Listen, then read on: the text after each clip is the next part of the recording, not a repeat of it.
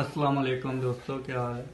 अच्छा, आज मैं आपके लिए एक मुल्तान ब्लू बेडशीट लेके आया हूँ जो कि पूरा प्रोजेक्ट की सेटिंग की गई है। तो आपको भी ये दिखा रहा हूँ, ठीक है।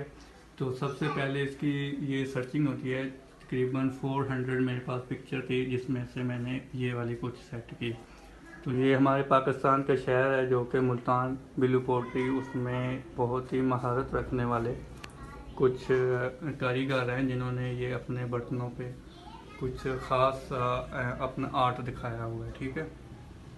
ये देखें जी, ठीक है। इसमें से मैंने कुछ डिज़ाइन उठाए हैं जो कि मैंने अपनी पहले वाली वीडियो में आपसे शेयर किया कि बेडशीट कैसे बनानी है और कुशन वगैरह कैसे बनाना है, ठीक है।